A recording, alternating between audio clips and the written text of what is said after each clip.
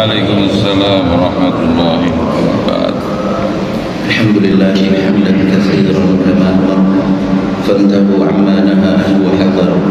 Asyhadu an la ilaha illallah al-wahidul qahhar. Asyhadu anna Muhammadan abduhu wa rasuluhu sayyidul abrar. Allahumma shalli wa sallim wa barik ala nabiyyina wa rasulina Muhammadin sayyidil mursalin wa ala alihi wa ashabihi wa man tabi'ahum bi ihsanin ila yaumiddin. Allahumma anfa'na bima 'allamtana wa 'allimna ma yanfa'una wa zidna ilma. Allahumma la sahla illa ma ja'altahu sahlan wa anta taj'alul hasana idza syi'ta sahlan. Kaum muslimin wal muslimat jamaah salat subuh yang dimuliakan Allah Subhanahu wa taala. Alhamdulillah, hari ini kita bersyukur kepada Allah atas limpahan karunia, nikmat, anugerah yang terus kita dapatkan sampai detik ini, sehingga kita masih diberikan taufik oleh Allah mampu melaksanakan salat subuh berjamaah. Dan alhamdulillah kita bisa melanjutkan untuk mengkaji beberapa ayat dari surat Al-Quran. Semoga Allah Subhanahu wa ta'ala memberikan kepada kita keberkahan. Amin.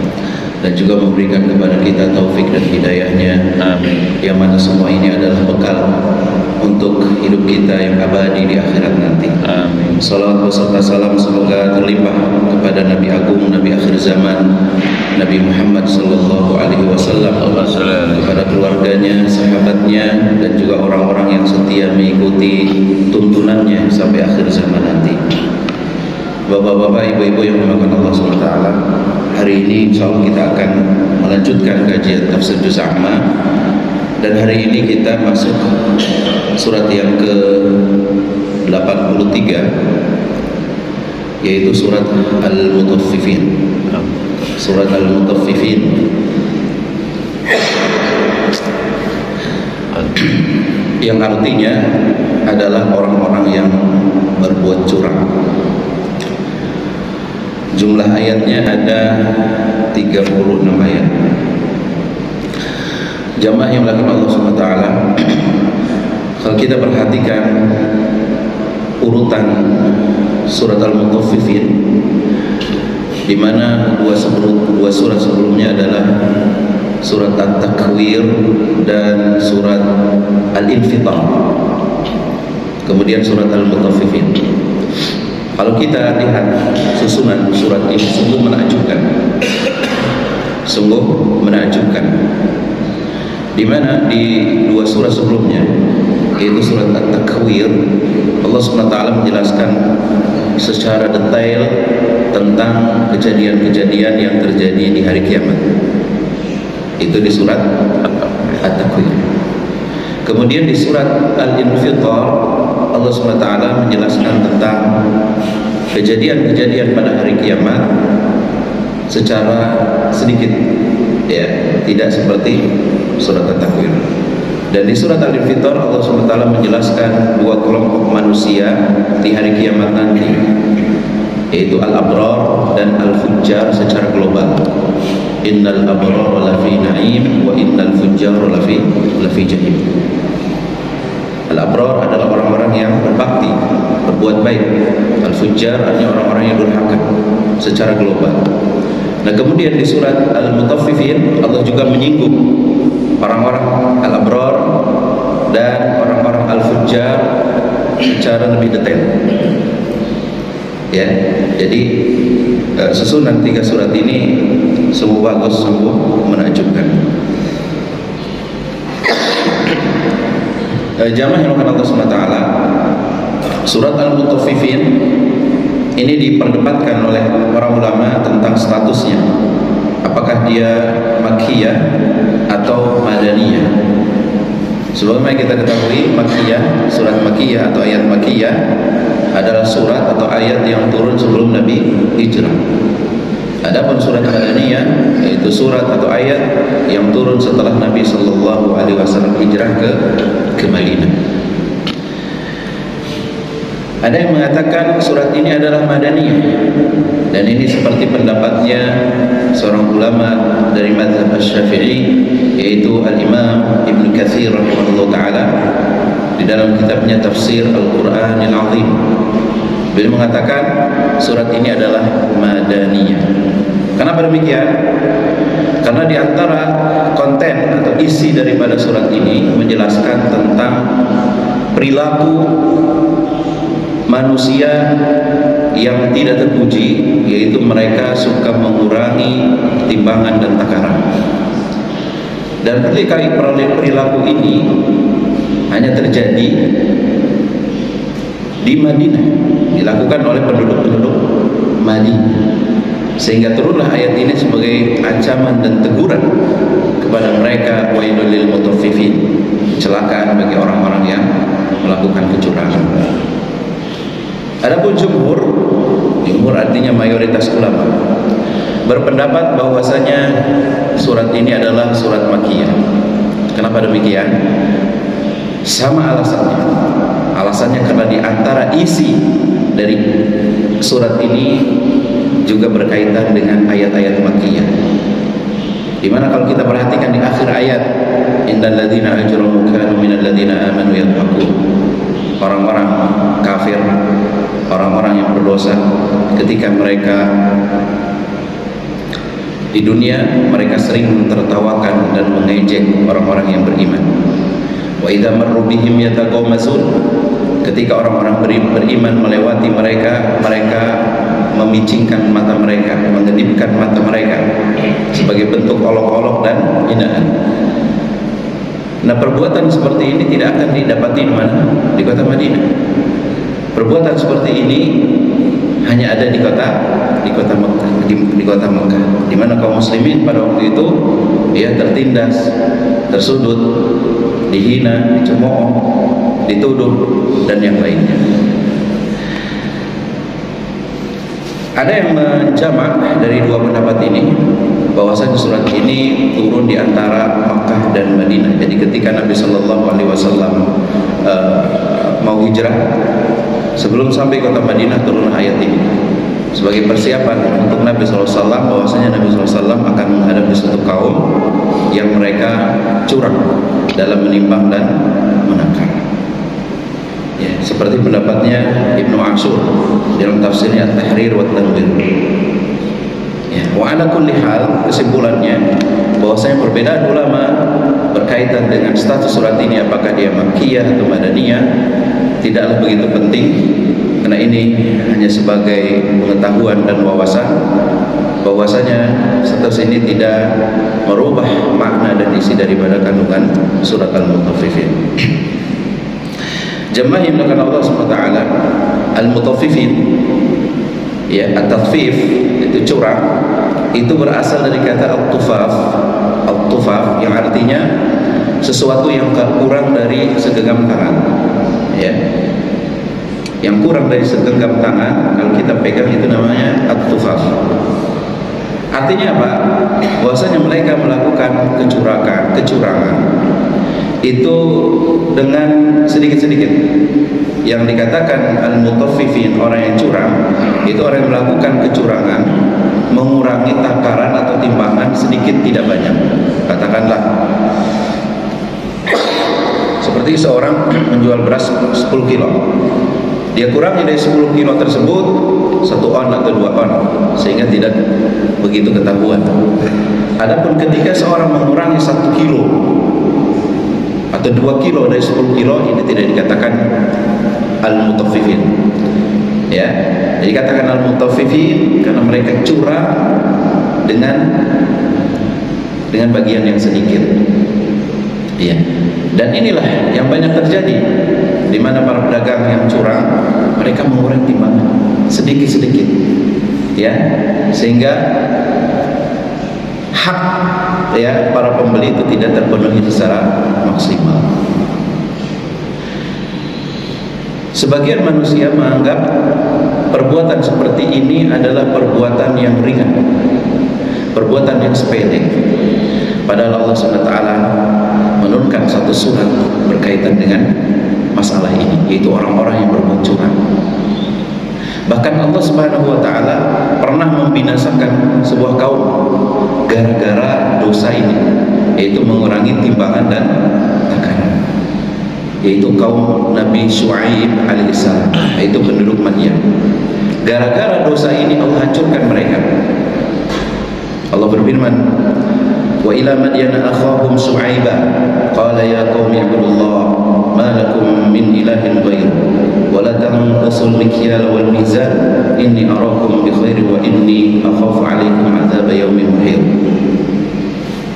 Dan kepada negeri Madian seorang suami yang dia menuntut hak kepada istrinya.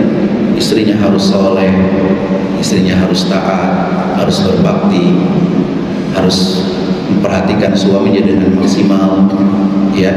Tetapi suaminya tidak memberikan kewajiban secara maksimal, maka masuk dalam ancaman. Suami tidak memberikan nafkah dengan sebaiknya, tidak memberikan perhatian, kasih sayang, pelukan pada istrinya, ya, maka masuk dalam ayat ini. Contoh lain, seperti seorang ayah yang mengharapkan kepada anaknya untuk berbakti, ya, anaknya udah gede, nah kamu harus berbakti kepada ayah, ya, coba kasih ayah dong sebagian dari gaji kamu, ya, ingin seperti anaknya berbakti, taat kepada ayahnya, ya, memberikan sebagian hartanya pada ayahnya, tapi ayahnya tidak memberikan kewajibannya dengan maksimal, tidak memperhatikan anaknya, tidak menyayangi anaknya, tidak mendidik agama kepada anaknya. Nah, ini juga sama masuk dalam ancaman ayat ini.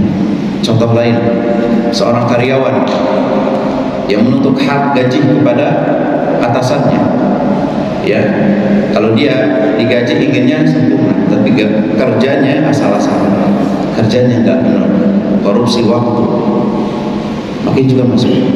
Juga sebaliknya seorang bos, seorang atasan, seorang pimpinan yang menyuruh anak buahnya untuk sempurna dalam bekerja, optimalisasi, ya, tetapi pas waktunya gajian dia suka telat atau tidak sempurna memberikan gaji, ya, tidak ada intensif yang dia berikan, ya, dari kerjaan bawahannya di luar dari job desk yang harusnya dia lakukan. Ini juga masuk dalam ancaman ayat ini. Intinya bahwasanya ayat ini memberikan ancaman kepada semua orang, siapapun itu, apapun profesinya, yaitu orang-orang yang hanya menuntut hak tetapi lupa dengan kewajibannya, maka masuk dalam ancaman ayat ini. Kemudian Allah SWT peringatkan di ayat berikutnya, ayat yang keempat, orang-orang yang berbuat curang. Ala yadhunnu ulaika annahum mab'utsun. Tidakkah mereka mengira bahwasanya mereka benar-benar akan dibangkitkan? Allah ingatkan dengan hari akhirat. Tidak ada perkara yang bisa membuat seorang berhenti dari perbuatan dosa melainkan dengan cara diingatkan dengan hari akhirat. Kenapa?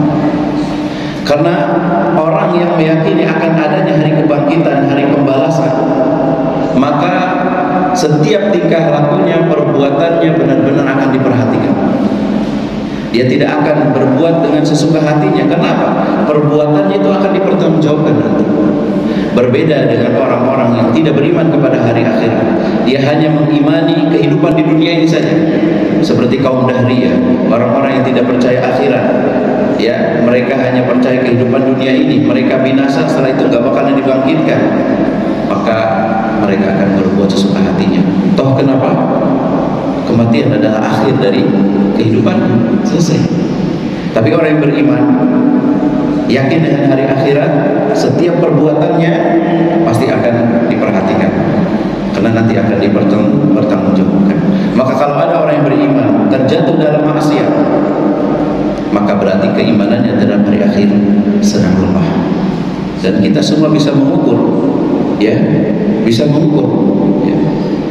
Kalau kita sedang maksiat, ya, berarti keimanan kita terhadap hari akhirat ini sedang melemah.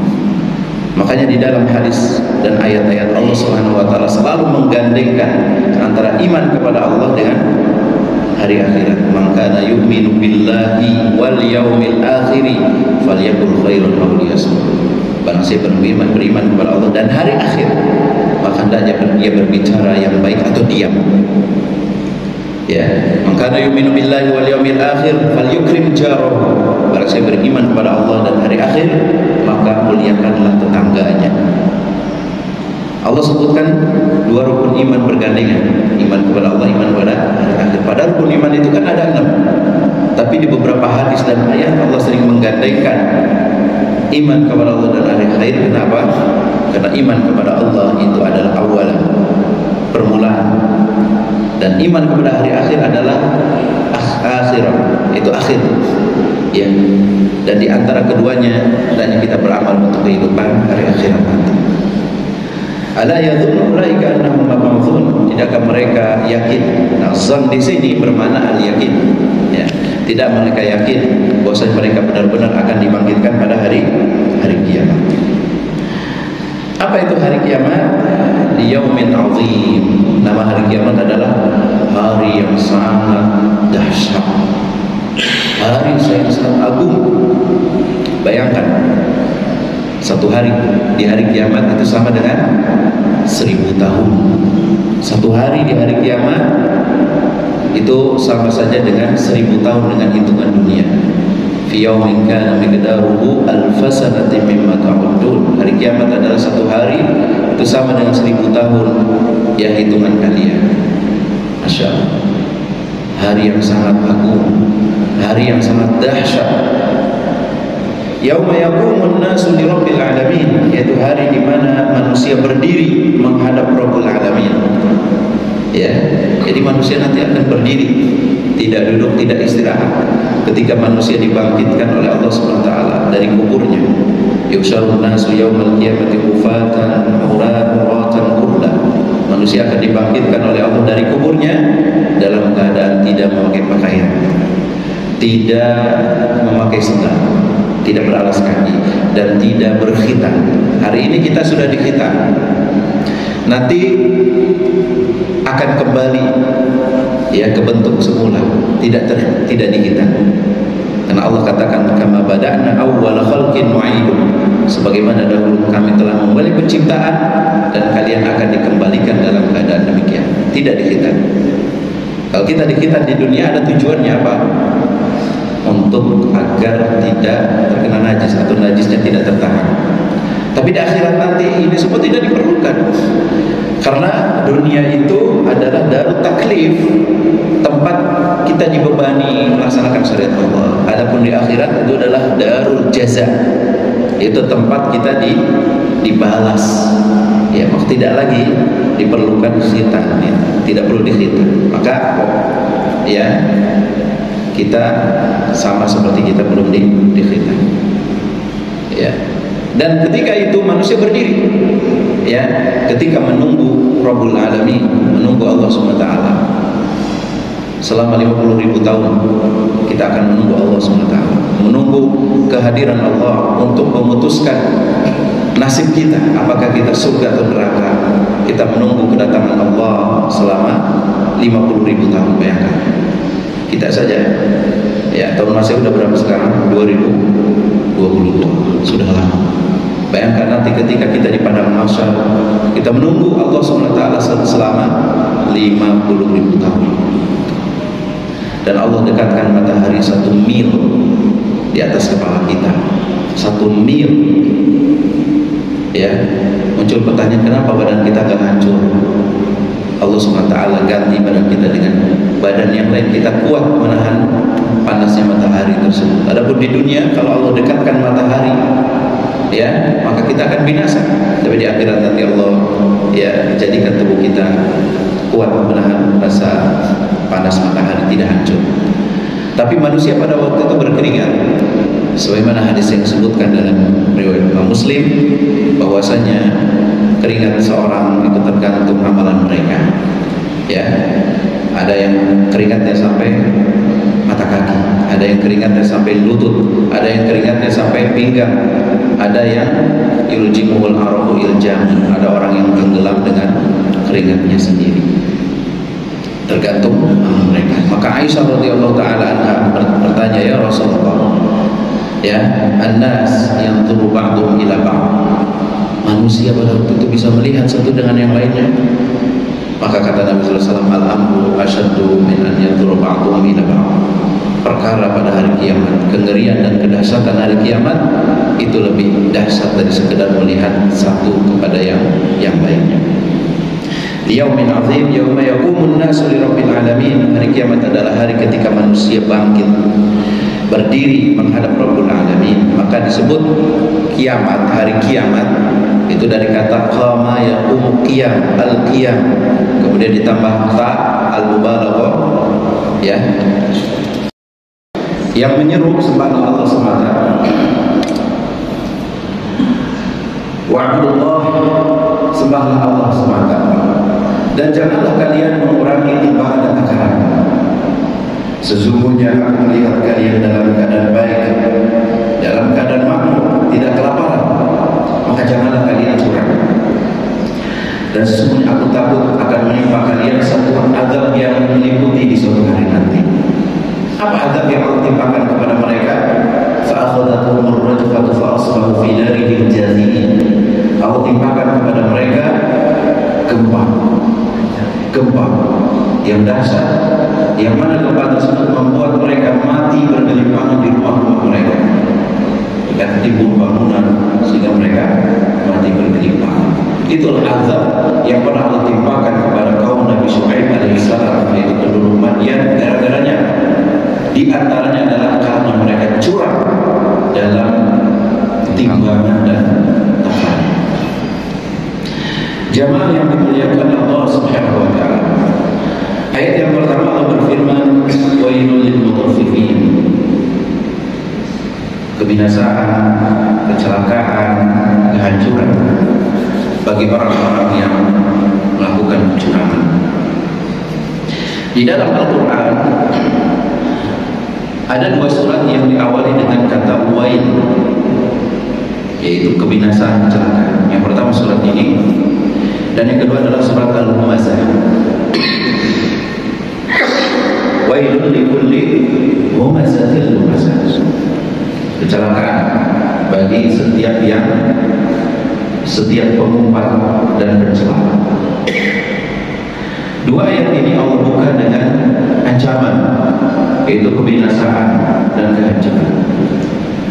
Dan dua dosa ini yang diancam oleh Allah SWT berkaitan dengan hak hamba, hak sesama, bukan berkaitan dengan dosa secara langsung dengan Allah SWT, tapi berkaitan dengan, di surat Al-Mutaffifin ini berkaitan dengan dosa, ya, dengan sesama yang berkaitan dengan harta, itu mengurangi timbangan dan takaran. Adapun di surat Al-Humazah itu berkaitan dengan kehormatan dan kemuliaan, ya, kehormatan dan kemuliaan. Allah ancam orang-orang yang mengambil hak saudaranya, baik hartanya ataupun kemuliaan dan kehormatannya, Allah ancam dengan kebinasaan. Wailul lil mutaffifin, wailul likulli humazatil lumazah. Maka dosa yang dilakukan antara seorang hamba dengan yang lainnya ini sangat berat. Betul, semua dosa itu membuat seorang berat. Tetapi kalau dosa itu berkaitan dengan seorang hamba, maka ini lebih berat. Ya, karena apa? Karena taubatnya pun syaratnya banyak, lebih banyak daripada syarat taubat kepada Allah SWT. Kalau taubat kepada Allah cukup dengan 3 syarat. Yang pertama, meninggalkan. Yang kedua, menyesali. Dan yang ketiga, tidak kembali lagi. Adapun kalau dosanya berkaitan dengan sesama, tambah 4, yaitu al-istighfar, ya, minta ridha, minta dihalalkan, minta dimaafkan, ya. Dan Imam Sufyan Ats-Tsauri mengatakan, inna Allah bi 70 dhanban fi ma bainaka wa bain Allah ahwanu 'alaika min an talqahu bi dhanbin wahidin fi ma bainaka wa bain al-ibad. Kata Al-Imam Sufyan Ats-Tsauri, jika engkau berdosa kepada Allah dengan 70 dosa, itu lebih ringan ketimbang satu dosa yang engkau lakukan antara engkau dan orang lain. Masya Allah, ya, 70 dosa yang kita lakukan hubungan ringan ketimbang apa? Ketimbang satu dosa yang kita lakukan antar sesama. Kenapa demikian? Karena dosa kita antara kita dan Allah SWT ini tahtal masyiah, artinya di bawah kehendak Allah SWT. Kalau kita berdosa, yang penting dosanya selain syirik, menyekutukan Allah SWT, maka di akhirat nanti tahtal masyiah, di bawah kehendak Allah. Jika Allah berkehendak, Allah ampuni, walaupun sebelumnya dia tidak bertobat kepada Allah, kita masuk ke dalam surga. Adapun dosa yang berkaitan dengan hamba, maka ini harus diselesaikan dulu, ya, harus diselesaikan dulu. Kata Nabi SAW, la tu'addunnal huquqa ila ahliha. Benar-benar hak-hak itu akan dikembalikan kepada pemiliknya. Kalau seorang dahulu ketika di dunia pernah dizalimi, baik hartanya, ya, ataupun kehormatannya, di akhirat nanti akan diberikan hartanya, akan dikembalikan hartanya tersebut. Ya, maka kalau kita beriman kepada Allah dengan sebenar-benarnya iman, dan juga beriman kepada hari akhirat, bahwasanya akhirat adalah hari pembalasan, hari keputusan, maka orang-orang yang sekarang diuji, katakanlah dicuri, ditipu, dibohongi, maka dia tidak akan sedih, tidak akan larut dengan kesedihan. Kenapa? Katakanlah mobil yang dia curi, yang dicuri oleh orang lain, itu benar-benar akan kembali nanti di akhirat. Ya, ada sebagian orang mobilnya dicuri, sedih, ya, larut dengan kesedihannya, berbulan-bulan dia sedih. Ketahuilah bahwasanya mobilnya nanti akan dikembalikan di akhirat nanti, pasti akan dikembalikan. Tentunya bukan dalam bentuk mobil, bentuknya adalah pahala. Sebagaimana dalam hadis muflis, hadis orang yang pailit. Kata Nabi SAW, atadruna mal muflis, tahukah kamu orang yang bangkrut itu, yang pailit? Maka sahabat mengatakan, yaitu orang yang hilang semua hartanya, bendanya. Akan tapi Nabi SAW mengatakan, al muflisu fina, orang yang bangkrut di antara kami adalah man ya'ti yaumal qiyamati bihasanat, itu orang yang datang pada hari kiamat dengan kebaikan yang banyak, amsalil jiwal, seperti gunung. Fayati wa qad zalama hadza, namun dia datang pada hari kiamat pernah menzalimi si fulan. Wa satama hadza, dia pernah mengolok-olok si fulan. Wa daraba hadza, dia pernah memukul si fulan. Wa akhadha mala hadza, dia pernah mengambil harta si fulan. Fayakhudhu hadza min hasanatihi wa hadza min hasanatihi, maka diambillah kebaikannya, diambil kebaikan orang yang berbuat zalim tersebut dan diberikan kepada orang yang terzalimi. Jika kebaikannya habis sebelum menunaikan hak saudaranya, maka dosa orang yang terzalimi diambil dan dilimpahkan kepada orang yang berbuat zalim. Tsumma futuriha finnar, kemudian dia dilemparkan ke dalam api neraka. Apa makna wail? Wailul lil mutaffifin. Wail dikatakan oleh para ulama ada dua makna. Yang pertama adalah wadin fi jahannam, yaitu sebuah lembah yang ada di neraka jahanam. Yang kedua maknanya adalah kalimatul halak, yaitu sebuah kata yang menunjukkan ancaman, ancaman yang mengerikan, ancaman. Maka artinya wailun, kebinasaan, kehancuran, ya, lil mutaffifin, bagi orang-orang yang berbuat curang. Siapakah mereka? Allah jelaskan al-mutaffifin, yaitu di ayat yang kedua dan yang ketiga. Alladzina idza kanu 'alan nasi yastawfun, itu orang-orang yang apabila menerima timbangan atau menerima takaran, dia beli dari orang, yastawfun, maka dia menuntut haknya agar dipenuhi secara maksimal. Wa idza kaluhum, apabila dia menimbang, awazanuhum, atau apabila dia menakar, awazanuhum, atau menimbang, yukhsirun, maka dia kurangi. Itulah al-mutaffifun, orang-orang yang bercurang. Kalau dia beli dari orang, maka dia ingin dipenuhi secara maksimal, bahkan minta dilebihkan.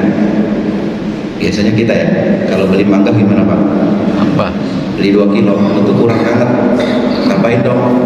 Nah biasanya kan kita gitu, pengennya maksimal.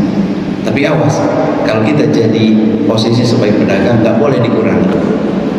Ya, nggak boleh dikurangi. Walaupun hanya 1 on, ya 1 kilo dikurangi 1 on. Umpama dengan cara timbangannya dikasih pemberat, atau dengan cara-cara yang lain, cara-cara licik yang lain, maka tidak boleh. Itulah orang yang al-mutaffif, orang yang berbuat curang. Nah, jamaah yang dilakukan Allah Subhanahu wa taala, di sini Allah Subhanahu wa taala menyebutkan al-mutaffifun, orang yang curang itu adalah orang yang melakukan kecurangan dalam perdagangan, perniagaan, yaitu menakar dan menimbang. Ya. Menakar itu volume, ya, isi, ya, ditakar seperti di liter, ya. Kalau di Madinah itu ada sa', ya. Dan menakar ini adalah kebiasaan orang-orang Madinah. Karena penduduk Madinah itu kebanyakan profesinya adalah sebagai pengepul. Sebagai pengepul, ya, mereka menjual kurma, ya, kemudian ditakar. Adapun orang-orang Mekah, kebiasaan mereka adalah dengan timbang, karena kebanyakan mereka adalah saudagar, pedagang, ya, seperti menimbang emas, menimbang perak, dan yang lainnya. Walaupun ayat ini berkaitan dengan perkara menakar dan menimbang, namun kata Syekh Muhammad bin Shalih Al-Utsaimin, ini bukanlah pembatasan. Ini adalah sekedar contoh, dan ini bisa dikiaskan atau berlaku pada perkara yang lainnya. Itu siapa? Yaitu orang-orang yang hanya ingin menuntut hak, tetapi dia tidak menunaikan kewajibannya, maka masuk dalam ayat ini. Jadi orang-orang yang sekedar dia menuntut hak-haknya agar dipenuhi secara sempurna, secara maksimal, tetapi ketika dia menunaikan kewajibannya dia tidak maksimal, maka masuk dalam ancaman ayat ini. Benar-benar berdiri pada hari itu, mereka tidak duduk, apalagi berbaring istirahat, menunggu kedatangan Rabbul Alamin. Jamaah yang dimuliakan Allah SWT. Kemudian di ayat yang berikutnya, ayat yang ke-7, ala yadhun kalla inna kitabal fujjari lafi sijjin. Kalla artinya sekali-kali tidak. Inna kitabal fujjari lafi sijjin, sesungguhnya kitab orang-orang yang durhaka benar-benar berada di sijjin. Kalla di dalam Al-Quran itu bisa memiliki beberapa makna. Di antaranya adalah kata untuk membantah. Kalla maka artinya sekali-kali tidak. Ya, kenapa ini kalimat ini memberikan bantahan? Karena ada sesuatu yang ingin dibantah. Apa yang ingin dibantah? Itu orang-orang yang tidak beriman kepada hari akhirat. Ala yadhunnu ulaika annahum mab'utsun. Tidakkah mereka yakin mereka itu akan dibangkitkan? Mereka tidak yakin dengan hari akhirat, maka Allah bantah. Kalla, sekali-kali tidak benar keyakinan mereka bahwasanya kiamat tidak akan datang, hari akhirat tidak akan datang, benar-benar akan terjadi. Ada juga kala maknanya haqqan, artinya benar-benar, sungguh benar-benar ada. Nah, ini haqqan, ya, nanti ada di ayat berikutnya. Inna kitabal fujjari lafi sijjin, sesungguhnya kitab orang-orang yang durhaka benar-benar di sijjin. Apa itu sijjin? Sijjin adalah sebuah tempat yang sempit, dan itu adalah neraka jahanam. Jadi makna yang pertama, sijjin adalah neraka jahanam. Ini pendapat yang pertama. Pendapat yang kedua, sijjin adalah sebuah tempat di langit atau di bumi yang terdalam, di lapisan yang terdalam, lapisan yang ke-7. Ya, di poros bumi yang terdalam, ya, di lapisan bumi yang ke-7, itulah letaknya sijjin. Ya, letaknya sijjin. Jadi apa makna ayat ini? Kalla inna kitabal fujjari lafi sijjin, sekali-kali tidak, sungguhnya kitab kaum fujjar, maksudnya adalah catatan orang-orang kafir. Lafi sijjin, benar-benar berada di dalam sijjin.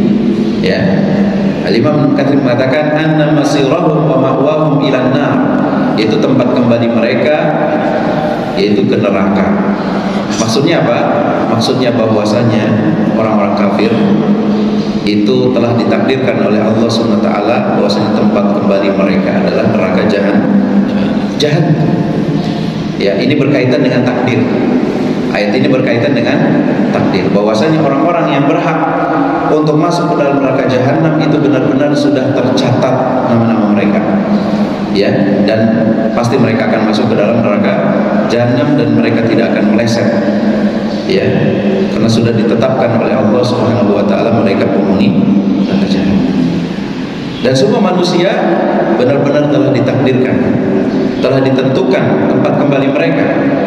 Ya, ketika kita berada di kandungan ibu kita, ya, ketika 40 hari, ya, ketika 4 bulan, ketika 4 bulan, ya, 4 bulan, maka fayu'maru bi arba'i kalimat. Ada malaikat yang disuruh oleh Allah untuk menulis 4 kalimat, 4 takdir. Tulis rizkinya, bikat birizkihi wa ajalihi wa amalihi wa saqiyun aw sa'id. Apakah orang ini celaka atau bahagia? Ya, celaka masuk neraka, bahagia masuk surga. Kita semua sudah ditentukan tempat kembali kita. Apakah kita ini termasuk penghuni surga atau penghuni neraka? Semua sudah dicatat. Ya. Kemudian muncul pertanyaan, fafimal amal. Kenapa? Kalau kita sudah ditentukan nasib kita, buat apa kita beramal? Pertanyaan seperti ini pernah ditanyakan oleh sahabat kepada Nabi SAW. Ya, sahabat bertanya, ya Rasulullah, apakah semua telah ditentukan tempatnya di akhirat nanti, surga atau neraka? Kata Nabi, ya. Kemudian sahabat ini bertanya, fafimal amal. Kalau gitu, buat apa kita beramal? Kalau kita ditakdirkan oleh Allah masuk neraka. Apa kata Nabi SAW? I'malu fakullun muyassarun lima khuliqa lah. Beramalah, karena setiap orang itu akan dimudahkan sesuai dengan takdirnya. Jadi walaupun Allah SWT telah menentukan tempat kembali kita surga dan neraka, tetapi kita nggak tahu. Kita nggak tahu kita ini termasuk penghuni neraka atau penghuni surga, nggak tahu. Maka karena kita nggak tahu, ya udah beramal aja. Ya, karena Allah SWT telah menetapkan orang yang berbuat baik surga, orang yang durhaka neraka. Ya udah kita pilih berbuat baik. Karena kita nggak tahu. Kalau kita sudah tahu, maka nggak apa-apa, kita nggak beramal juga nggak masalah. Bahwa kita pernah datang ke Lauhil Mahfuz, lihat bahwasanya di tulisan Lauhil Mahfuz ada nama kita. Ya, nama kita, bapaknya juga sama, kakeknya juga sama, ya, tempatnya juga sama, lahirnya juga sama. Ternyata kita penghuni neraka. Kita udah tahu, maka nggak apa-apa, kita nggak beramal. Cuman masalahnya kita tidak tahu. Dan semua orang pasti tidak akan tahu nasibnya nanti di akhirat, apa neraka atau surga.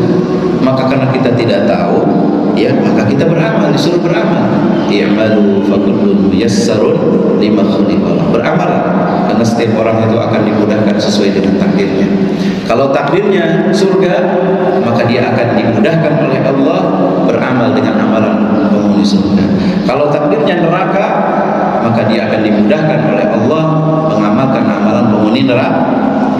Maka kita bersyukur seandainya hari ini sudah baik, ya, kita menjaga sholat 5 waktu, kita rajin menghadiri majelis taklim, jaga istiqomah, ya, jaga keistiqomahan tersebut, ya, berarti kita sedang menuju jalan surganya Allah Subhanahu wa taala.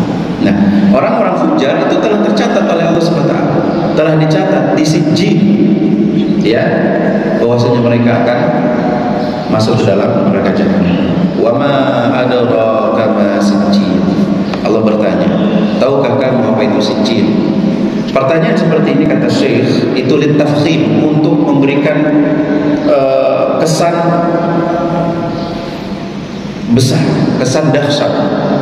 Ya, sijjin itu sebuah tempat di neraka jahanam, tempat yang sempit, ya, sudah tempat yang sangat mengerikan. Kitabul marqum, Allah jelaskan apa itu kitabul fujjar. Kitabul marqum yaitu kitab yang dipahat. Itu maksudnya apa? Maksudnya bahwasanya kalau seorang sudah tercatat menjadi penghuni neraka jahanam, maka tidak akan bisa diganti, tidak akan bisa dirubah, karena itu adalah ketetapan Allah Subhanahu wa Ta'ala. Dan Allah adalah zat yang paling sempurna ya dalam planningnya. Ya, Allah Subhanahu wa Ta'ala telah memplanning semua hal ini yang dinamakan dengan takdir, dan takdir Allah pasti terjadi. Berbeda dengan planningnya manusia. Kalau manusia itu katakanlah seorang arsitek sedang merancang sebuah bangunan, ya kalau arsiteknya hebat maka bangunannya akan sukses. Terkadang meleset, ada saja sesuatu yang tidak sempurna. Tetapi takdir Allah SWT itu sempurna, pasti terjadi. Apa yang Allah telah tuliskan pasti terjadi. Orang-orang yang Allah tentukan neraka, maka mereka akan masuk ke dalam neraka jahanam. Kemudian di ayat yang berikutnya Allah firmankan, wailul lil mukadzibin, kecelakaan, kebinasaan, kehancuran. Lil mukadzibin, bagi orang-orang yang berdusta, bagi orang-orang yang mendustakan, yaitu mendustakan hari kebangkitan. Kecelakaan bagi mereka. Alladzina yukadzibuna biyaumiddin, yaitu orang-orang yang mendustakan yaumuddin, hari ad-din. Ad-din di sini maknanya adalah al-jaza. Karena ad-din dalam bahasa Arab itu maknanya dua, bisa amalan, bisa balasan. Ad-din. Maka surat Al-Fatihah gimana? Maliki yaumiddin, raja di hari pembalasan, itu hari kiamat.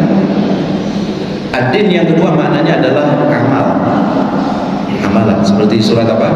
Surat Al-Kafirun, lakum dinukum waliyadin, bagi kalian agama kalian, maksudnya adalah amalan kalian. Waliyadin, dan untukku agamaku, maksudnya amalan. Nah di ayat ini maksudnya adalah ad-din al-jaza, yaitu orang-orang yang mendustakan hari kebangkitan, kecelakaan bagi mereka. Wa ma yukadzibu bihi illa kullu mu'tadin athim, tidaklah dia mendustakan hari kebangkitan kecuali setiap orang yang melampaui batas lagi berdosa. Allah SWT sebutkan di sini orang-orang yang mendustakan hari kebangkitan adalah orang-orang yang melampaui batas dan berdosa. Mu'tadin ini adalah perbuatan dosa yang berkaitan dengan perilaku. Asim itu dosa yang berkaitan dengan ucapan. Ini pendapat. Ada yang mengatakan mu'tadin adalah orang yang berbuat dosa yang berkaitan dengan sesama, melampaui batas, ya. Dan asim itu adalah dosa yang berkaitan dengan diri sendiri. Ini pendapat yang kedua. Dustakan hari kiamat itu adalah orang-orang yang dia banyak melakukan perbuatan dosa, ya baik berkaitan dengan perilakunya ataupun ucapannya. Dan sebagaimana yang saya katakan di awal, bahwasanya tidak ada perkara yang membuat seorang itu meninggalkan maksiat kecuali dia beriman kepada hari akhirat. Nah, orang-orang yang berbuat dosa melampaui batas, kenapa? Karena mereka mendustakan hari kebangkitan. Kemudian ayat yang berikutnya, idza tutla alaihi ayatuna qala asatirul awwalin, apabila dibacakan kepadanya ayat-ayat kami, apabila dibacakan kepadanya ayat-ayat kami, ini menunjukkan apa? Bahwasanya orang yang mendustakan hari kebangkitan itu di antara perilakunya dia tidak pernah membaca ayat-ayat Allah. Sehingga ketika dibacakan kepadanya ayat-ayat Allah SWT, apa responnya? Asatirul awwalin, itu hanya dongeng orang-orang terdahulu. Asatir artinya dongeng, satu yang tidak nyata, ya. Asatir itu dongeng yang dibacakan oleh orang-orang tua, ya, sebagai pengantar tidur yang tidak ada faktanya, itu asatir. Itulah respon orang-orang yang mendustakan hari akhirat. Maka kalau hari ini ada orang-orang yang antipati terhadap Al-Quran, ya, bahwasanya Al-Quran mengatakan bahwasanya ada azab yang pernah menimpa kaum Lut, kaum homoseksual, mereka membantah, yang benar. Kok hari ini orang-orang yang homoseksual nggak ditimpakan adab seperti kaum Nabi Lut? Ya, mereka membantah kabar yang diberikan oleh Allah Subhanahu wa taala di dalam Al-Qur'an. Idza tutla alaihi ayatuna qala asatirul awwalin. Apabila dibacakan kepadanya ayat-ayat kami, dia mengatakan itu hanya sekedar dongeng orang-orang terdahulu. Kalla, sekali-kali tidak. Maksudnya apa? Ini bantahan. Sekali-kali Al-Qur'an itu bukanlah dongeng.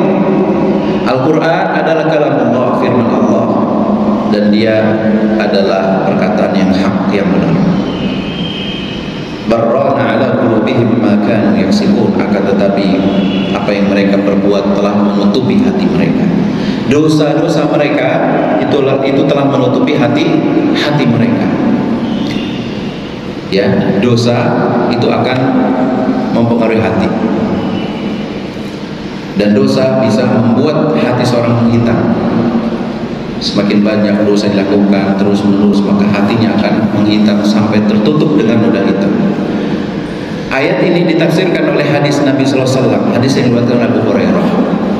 Kata Nabi SAW, innal abda, sesungguhnya seorang hamba, idza akhta'a khati'atan, jika dia melakukan satu dosa, nukitas fi qalbihi nuktatan sauda, maka akan ditulis di dalam hatinya satu titik hitam. Fa idza huwa naza'a wastaghfara taubatan, jika dia berhenti dari dosanya dan istighfar dan bertaubat, sukila qalbu, hatinya akan bersih kembali. Akan bersih kembali dengan taubat dan istighfar. Wa in ada, jika dia kembali zida fiha, akan ditambahkan titik hitamnya. Hatta ta'alwa qalbu, sehingga titik hitam tersebut memenuhi hatinya hitam dengan titik hitam tersebut. Wa huwa ar-ran, itulah adalah ar-ran alladzi dzakarallah, yang Allah sebutkan di dalam Al-Qur'an, kalla barrana ala qulubihim ma kanu yaksibun. Sekali-kali tidak, bahkan apa yang mereka lakukan telah menutupi hati mereka. Jadi hati mereka telah tertutup dengan dosa-dosa yang mereka lakukan. Dosa berkaitan dengan akidah, dosa yang berkaitan dengan ucapan dan perbuatan. Jadi hati kita ini adalah bejana ya. Dan bejana kita itu dipenuhi oleh 3 saluran, ya, 3 channel. Ada saluran mata, ada saluran telinga, dan saluran mulut. Kalau yang masuk kepada 3 saluran tersebut adalah perbuatan dosa, maka isi hati kita ya penuh dengan dosa. Kalau yang masuk adalah kebaikan, ketaatan, ketundukan kepada Allah, matanya tunduk, telinganya tunduk, mulutnya tunduk, ya, maka hatinya pun akan terisi dengan kebaikan. Itulah hati. Ya. Maka ketika kita berdosa, maka segera kita bertaubat kepada Allah SWT. Kalau kita dosanya banyak, berarti ya kita istighfarnya harus banyak. Ya, seorang ulama memberikan ibarat dosa itu seperti gelas yang terisi oleh minuman yang berwarna seperti kopi, ya. Nah, untuk menjadikan gelas yang berisi kopi tersebut putih, gimana caranya? Di antara caranya adalah dengan menuangkan air putih terus menerus. Ya, ada kopi segelas, kita tuangkan air putih sebanyak-banyaknya, terus dituangin. Lama-kelamaan apa? Lama-kelamaan kopi tersebut akan luber, akan keluar, dan yang terisi adalah air putih. Begitupun sama. Kalau kita dosanya banyak, kemudian kita banyak istighfar, dan kita banyak beramal soleh, lama-kelamaan hati kita akan menjadi bersih. Innal hasanat yudhibna sayyi'at, kebaikan itu akan menghilangkan keburukan-keburukan.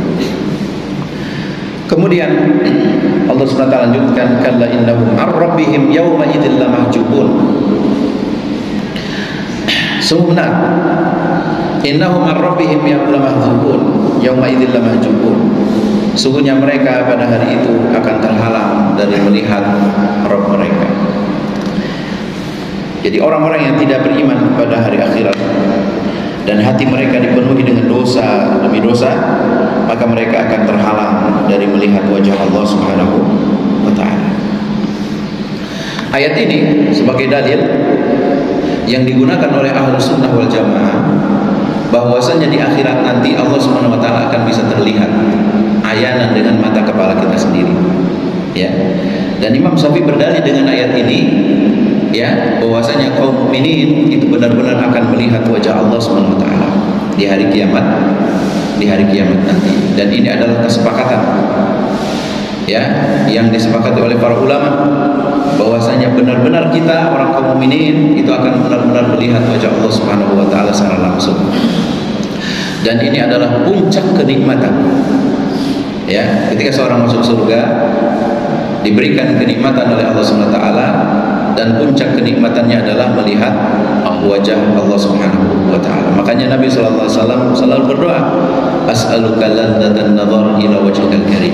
Aku mohon kepadamu ya Allah kelezatan memandang wajahmu yang mulia, ya. Dan dalil-dalil yang menunjuk yang menegaskan kita akan melihat wajah Allah Subhanahu wa ta'ala itu mutawatir. Banyak di Al-Qur'an, begitu banyak, ya. Di Al-Quran itu banyak. Di antaranya adalah firman Allah surat yang lain, wujuhu yawma idzin nadhirah ila rabbiha nadhirah. Pada hari kiamat nanti ada wajah-wajah yang berseri ila rabbiha nadhirah. Mereka melihat wajah Allah Subhanahu wa ta'ala.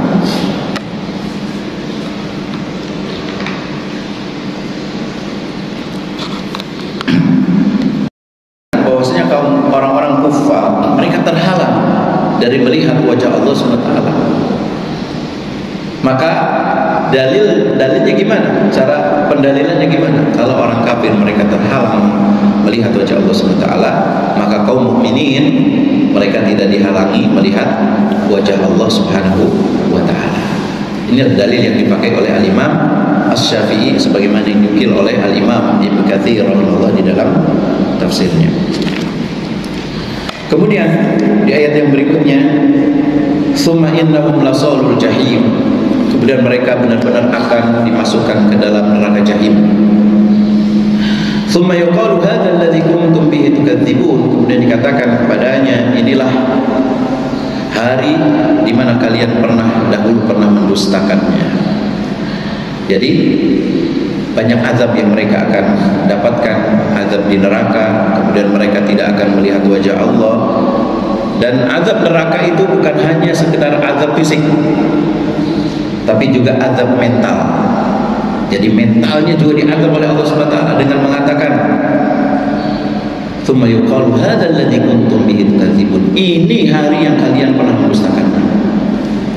Ya, ini azab mental. Ya, kalau azab fisik ya dia dibakar, ya, kemudian ditusuk, ya, dipukul, ya, disuruh naik ke gunung terjal yang panas, ya, itu azab fisik dan mereka tidak mati. Azab mentalnya mereka dihinakan oleh Allah SWT. Tsumma yuqalu hadzal ladzi kuntum bihi tukadzibun. Kemudian jamaah yang melakukan Allah Subhanahu wa ta'ala di ayat berikutnya, kalla inna kitabal abrari lafi illiyyin. Sungguh benar, kalla di sini maknanya haqqan, sungguh benar, sesungguhnya catatan orang-orang yang berbakti lafi illiyyin, benar-benar ada di illiyyin. Illiyyin ada dua pendapat, ada yang mengatakan langit yang ketujuh, ada yang mengatakan adalah surga, sebagaimana perbedaan di kata sijjin. Sijjin itu maknanya apa tadi? Lapisan bumi yang ketujuh ataupun neraka jahanam. Illiyyin itu adalah juga sama, langit yang ketujuh ataupun surga. Wa ma adraka ma illiyyun? Tahukah kamu apa itu illiyyun? Kitabun marqum. Ya, kitabun marqum yaitu tulisan yang terpahatkan. Ayat 20 ini bukan penjelas dari ayat sebelumnya wa ma adraka ma illiyun, bukan, tetapi dia adalah penjelas dari kata kitabal abrar. Inna kitabal abrar, sungguhnya catatan orang-orang yang abrar adalah kitabun marqum, yaitu catatan yang telah terpahamkan. Artinya orang-orang yang ditakdirkan oleh Allah surga, maka mereka benar-benar akan masuk dalam surga karena tulisannya sudah terpahatkan, tidak bisa digantikan. Yashaduhul muqarrabun, yang akan disaksikan oleh oleh makhluk yang didekatkan, yaitu para malaikat. Dan ini adalah, kata para ulama, sebagai bentuk kemuliaan. Jadi orang-orang yang beriman, yang ditakdirkan oleh Allah SWT masuk ke dalam surga, catatannya dihadiri oleh malaikat. Dan ini adalah bentuk pemuliaan Allah kepada orang-orang yang beriman. Di dunia saja, Pak, kalau seorang itu, untuk melihat seorang itu tinggi derajatnya, itu biasanya Pak, dihadiri oleh orang banyak, ya. Dan begitupun orang-orang beriman, mereka akan dihadiri oleh malaikat yang didekatkan oleh Allah Subhanahu wa taala. Kemudian kata Allah, innal abrara lafi na'im, sungguhnya orang-orang yang berbakti benar-benar berada di dalam kenikmatan. Al-abrar itu dari kata bar, artinya suatu lapangan yang luas. Maksudnya adalah orang-orang yang banyak berbakti. Ya, dia bukan hanya melakukan yang fardu, yang sunnah juga dia lakukan. Ketika dia zakat, bukan hanya yang wajib, yang sunnah pun dia lakukan, sedekah. Ya, ketika seorang bersilaturahim, bukan hanya dia silaturahim kepada orang tuanya, tapi dia juga silaturahim kepada saudara-saudara. Artinya dia melakukan kebaikan-kebaikan yang banyak di dunia ini. Lafi naim, Allah janjikan surga yang penuh dengan kenikmatan. Surga yang Allah janjikan, ya, surga itu udah ada, udah tersedia, ya, dan telah dijanjikan oleh Allah bagi orang-orang yang bertakwa, orang-orang yang beriman. Itu tidak bisa dihayalkan oleh kita. Tidak bisa kita menghayalkan nikmat Allah SWT di surga nanti. Ya, karena itu adalah bentuk pemuliaan untuk orang-orang yang beriman. Fala ta'lamu nafsun ma ukhfiya lahum min qurrati a'yun jazaa'an bima kanu ya'malun. Seorang jiwa tidak akan mengetahui kenikmatan yang dijanjikan oleh Allah, kenikmatan yang menyejukkan pandangan mata, jazaa'an bima kanu yaksibun, sebagai balasan dari apa yang mereka kerjakan. Alal araiki yanzurun, di atas dipan-dipan mereka melihat. Ya, di surga nanti akan disediakan dipan-dipan, tahta-tahta. Ya, araik jamak arikah, yaitu sebuah dipan, ya, sebuah tahta yang sudah dihias, ya, sudah diberikan kelambu, dihias dengan begitu indahnya. Mereka akan melihat dari dipan-dipan tersebut. Apa yang mereka lihat? Ya, apa yang mereka lihat? Nah, di sini tidak disebutkan dalam kaidah ilmu tafsir. Kalau maf'ul bi atau objek dihilangkan, maka ini memberikan faedah keumuman. Artinya apa? Segala sesuatu yang dilihat oleh penghuni surga, maka itu akan mendatangkan kenikmatan. Dia melihat bidadari akan nikmat, melihat kerajaannya dia akan merasa nikmat, dan yang tertinggal dalam melihat wajah Allah Subhanahu wa taala, dia akan merasakan kenikmatan yang luar biasa. Yang mana kenikmatan tersebut, kata Allah, ta'rifu fi wujuhihim nadratan na'im, kamu melihat bekas kenikmatan tersebut di wajah mereka. Jadi wajah mereka berseri-seri, tidak kusut, ya, tidak sumpek. Ya, di dunia saja kalau kita melihat seorang sedang bahagia, kita bisa melihat dari wajahnya. Ya, wajahnya sedang bersinar, berseri-seri, ya. Berbeda dengan orang yang lagi kesulitan, ya, wajahnya murung, wajahnya kusut dan yang lainnya. Ya, begitupun Allah jadikan orang-orang yang memandang di akhirat wajahnya penuh dengan kenikmatan.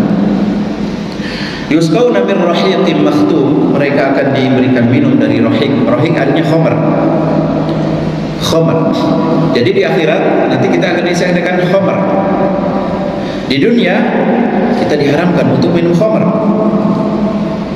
Ya.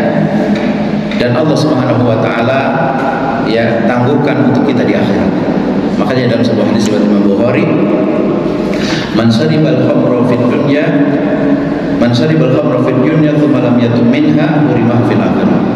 Hadis riwayat Bukhari Muslim. Barang siapa yang meminum khamr di dunia dan tidak taubat, maka di akhirat nanti dia tidak akan mendapatkan khamr.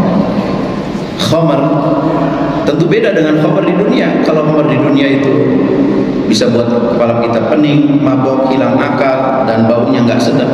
Tapi di akhirat ya tentu tidak seperti itu. Ya, tidak membuat kita pening, tidak membuat hilang akal, dan juga aromanya juga wangi. Makanya di sini katakan makhtum, yang diakhiri.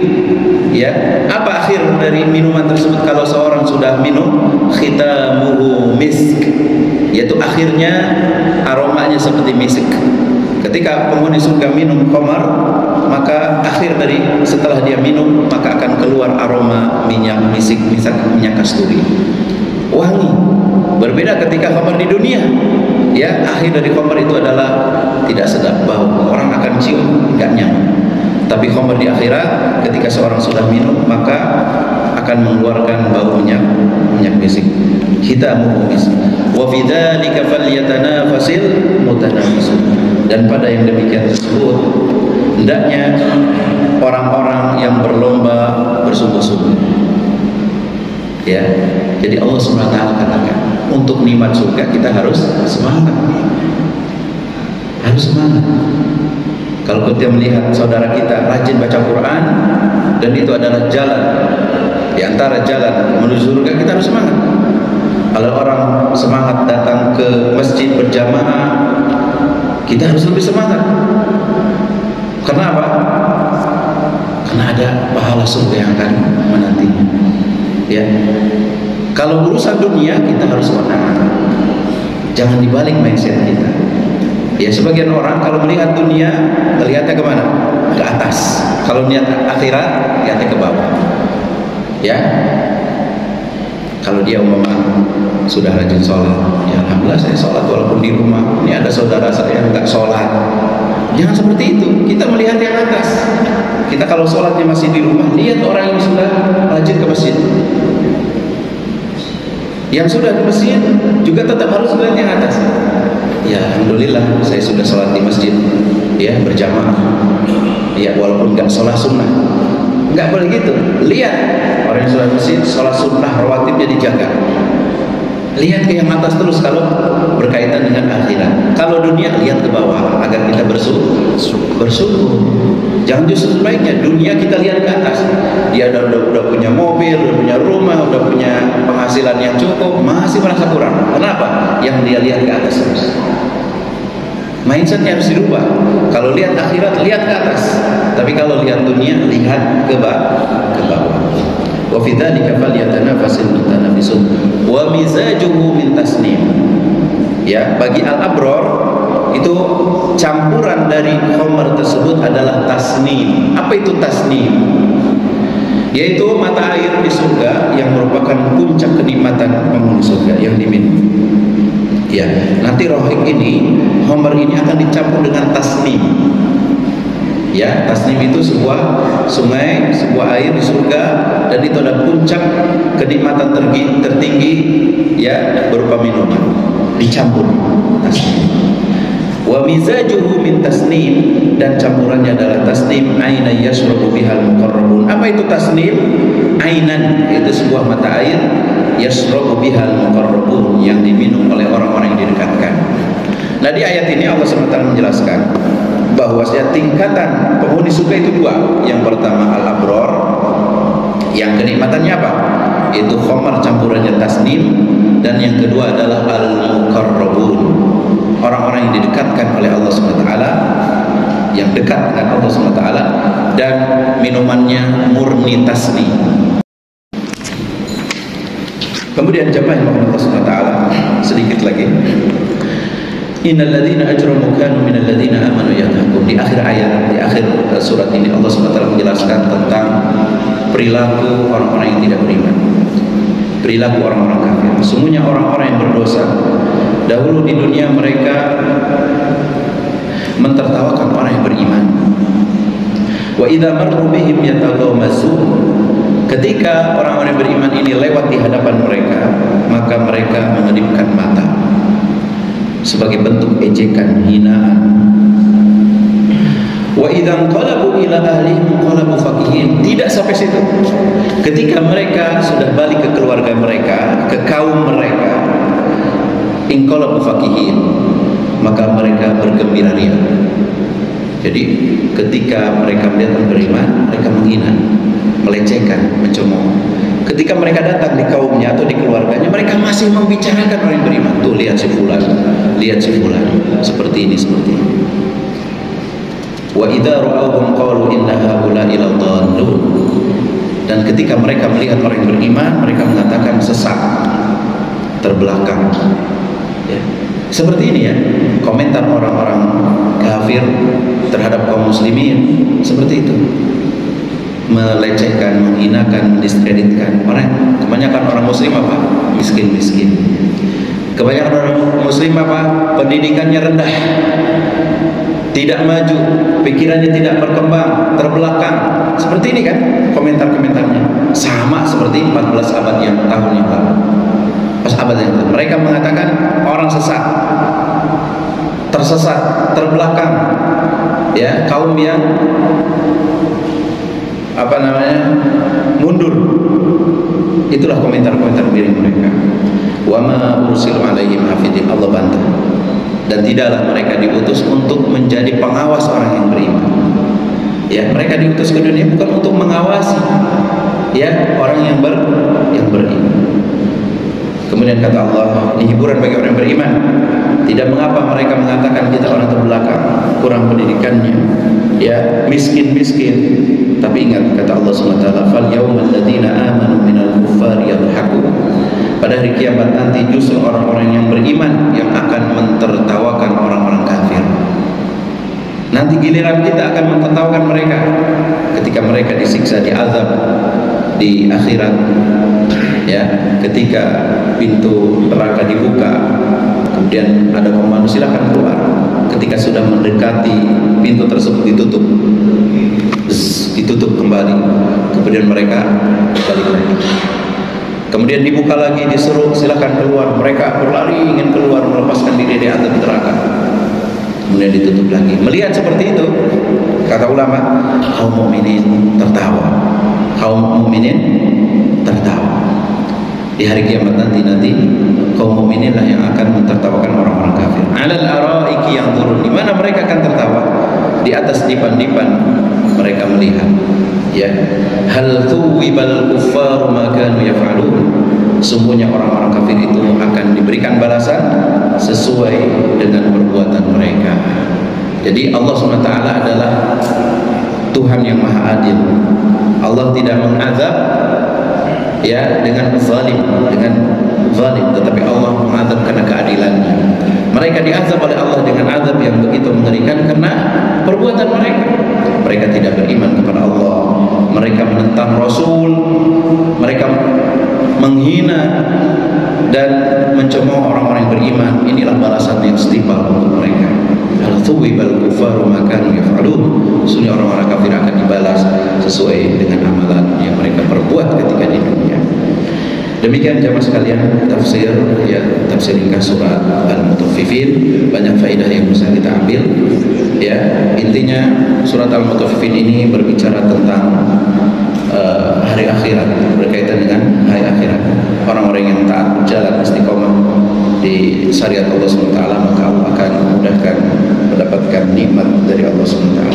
Mudah-mudahan bermanfaat dan semoga menambah iman kita kepada Allah Subhanahu wa taala. Amin. Wa sallallahu ala nabiyyina Muhammad wa akhiru da'wana alhamdulillahirabbil alamin. Demikian. Silakan kalau ada pertanyaan. Apa itu nama yang buruk? Wa'il hamdi. Wa'il hamdi. Kalau hamdinya bagus banget. Ya, Allah alam. Wa'il. Makna wa'il apa Pak? Setahu Bapak, saya nggak tahu maknanya. Allah. Ya, nama. Ya, kalau dia tidak menunjukkan keburukan, ya, atau tidak ada maknanya, maka nggak masalah, mubah ya. Tapi sebaik-baik nama adalah nama yang mengandung makna yang baik ya, doa. Seperti Nabi SAW pernah mendapati seorang sahabat, namanya saya lupa, tapi maknanya artinya seorang yang sulit. Kemudian Nabi ganti namanya dengan Subur. Suhail. Dengan apa? Suhail. Suhail itu dari kata sahal, artinya mudah. Ya. Jadi kalau kita ngasih nama anak kita ternyata salah, ya, ternyata maknanya kurang cocok, kurang pas, maka disunahkan untuk mengganti, ya, untuk mengganti. Makanya sebelum kita ngasih nama anak, kita harus tahu artinya dulu, maknanya. Kalau kita kasih nama yang ke Arab-Araban, kita tahu maknanya apa. Kita tahu maknanya apa. Jangan kasih nama mentang-mentang dari Al-Quran padahal maknanya tidak baik. Tidak baik. Ya.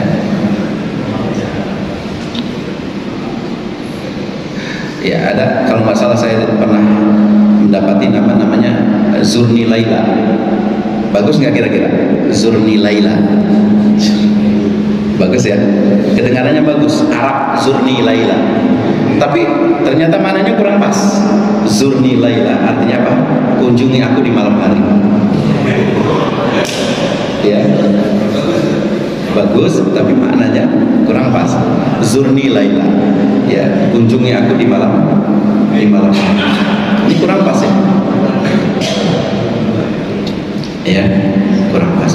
Jadi kalau kita nggak tahu bahasa Arab, ya, kita tanya ke Ustaz atau ke guru ngaji, ini kira-kira kalau nama ini digandengkan padanannya 2 kata atau 3 kata, kan ada ketentuan sekarang harus 2 kata 3 kata, ya. Tanya ke Ustaz, kira-kira susunannya bagus nggak, tepat nggak, maknanya ini tepat nggak? Tanya, ya, ke orang yang sudah ngerti.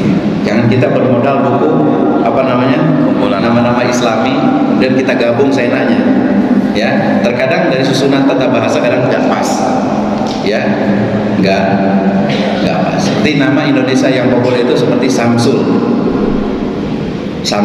Banyak nggak yang seperti itu? Banyak. Samsul, Pak. Mungkin dia ingin menamakan Samsu apa gitu, ya. Samsu kan artinya apa? Matahari. Cuman nggak selesai Samsul. Cuman al doang. Ya, lanjutkan Samsul apa? Samsul Ma'arif, Samsul apa gitu. Ya, jangan cuma Samsul doang. Itu dalam bahasa Arab nggak ada maknanya kalau seperti itu. Jadi kalau kita mau kasih nama, diperiksa dulu, tanya kepada orang yang ngerti. Kalau nanyanya yang Arab-Arab, atau boleh nama dengan nama-nama yang lokal, ya, itu pun kita harus tahu mana. Gitu. Adapun namanya Wa'il Hamdi, ya sepintas sih nggak masalah, ya, nggak masalah, ya. Cuman perlu dilihat makna Wa'il itu apa. Memang ada sahabat dulu namanya Al-As bin Wa'il. Ini buruk emang. Itu bukan sahabat ini. Al-As bin Wa'il itu adalah orang yang mengejek Nabi SAW, abtar. Artinya orang yang terputus keturunan. Ya, ketika Nabi datang, abtar. Itu namanya siapa? Al-As bin Wa'il. Tapi bapaknya si Wa'il, bukan orangnya Al-As, namanya Al-As. Ya. Baik, Allahu a'lam. Ada pertanyaan lagi? Tadi Ustaz telah kasih kajian soal keimanan, Ustaz. Jadi yang mau iman apa? Ya, Pak. Muhammad Yasin, Ustaz. Keimanan sebelumnya. Iya, jadi yang Anda mau tanyakan itu, ini adalah bagaimana cara menjaga keimanan, Ustaz. Karena keimanan itu kan kadang naik, kadang turun. Iman yazidu wa yanqus. Iman itu bertambah dan berkurang. Kapan bertambah? Yazidu bit ta'ah wa yanqusu bil ma'siyah. Bertambah iman dengan rajin ibadah dan berkurang dengan maksiat. Bagaimana cara kita menjaga atau menumbuhkan keimanan? Yang terpenting dari yang terpenting adalah kita thalabul ilmi. Kita belajar. Itu kunci. Dengan kita belajar, ya, maka kita akan mengetahui, ya, kebaikan-kebaikan dan keburukan-keburukan. Bukan hanya kebaikan aja yang kita ketahui dengan belajar, keburukan kita ketahui. Kenapa kita harus tahu keburukan? Tujuannya agar kita tidak terjerumus dalam keburukan tersebut. Ini yang pertama. Jadi kita jangan berhenti belajar, ya. Belajar itu sampai mati ya. Bukan belajar itu kita dulu di madrasah, dulu ketika kuliah, enggak. Belajar itu sampai mati. Terutama belajar agama. Banyak sekali ilmu-ilmu yang belum kita pelajari, belum kita ketahui. Coba kita koreksi. Wudu kita udah sholat udah benar belum? Gimana membasuh tangan yang benar? Ya, gimana membasuh kaki yang benar? Sholat kita udah benar belum? Gimana ruku yang benar, sujud yang benar? Ya, dan yang lainnya masih banyak perkara-perkara yang belum kita pelajari. Kita beribadah terkadang masih ikut-ikutan. Ya, pernahkah kita mempelajari sholat secara utuh? Ya, ketika kita takbir seperti ini, dalilnya ini ada dalilnya. Ketika kita ruku bacaannya seperti ini ada dalilnya, kita yakin. Ya, terkadang sebagian muslimin beribadah hanya ikut-ikutan. Ya, tidak beribadah dengan dalil yang secara detail. Ini yang pertama. Kemudian yang kedua adalah kita berusaha untuk berteman dengan orang-orang yang saleh, orang-orang yang baik. Ya, kalau hari ini kita sering berteman dengan orang-orang buruk, itu pasti akan memberikan imbas kepada kita. Al-mar'u 'ala dini khalili falyanzur ahadukum man yukhalil. Seorang itu tergantung agama temannya, maka lihat dengan siapa dia berteman. Kemudian ketiga, kita harus rajin-rajin memotivasi diri kita. Di antaranya adalah dengan membaca kisah-kisah ya berkaitan dengan para pendahulu kita yang yang luar biasa ketika mereka beribadah, ketika mereka sholat, ketika mereka sedekah. Terus kita bercermin kepada pendahulu kita agar kita termotivasi. Jadi bukan lembaran sejarah. Terus berikutnya di antara hal yang untuk memupuk keimanan adalah banyak baca Quran ya. Banyak baca Quran. Jangan kita biarkan ada satu hari yang lewat mata kita nggak memandang Al-Quran. Walaupun kita sudah hafal Quran 30 juz, tetap kita harus apa? Harus memandangkan mata kita ke Al-Quran, ke mushaf. Itu kata para ulama bisa menambah keimanan. Ya, setiap hari kita jangan lewat buka Al-Quran. Ya, walaupun kita sudah hafal juz 13, saya murojaah, yang penting baca. Usahakan mata kita memandang mushaf, memandang, baca, ya, baca dengan tartil. Insya Allah ini akan menambah keimanan dan ketakwaan kita pada Allah SWT. Ya, mungkin itu yang bisa saya sampaikan yang berkaitan dengan siyadatul iman yang bertambahnya. Cukup dulu ya, Bapak-bapak yang berkenan Allah SWT, sudah jam 6. Kita tutup. Subhanakallahumma wa bihamdika asyhadu an la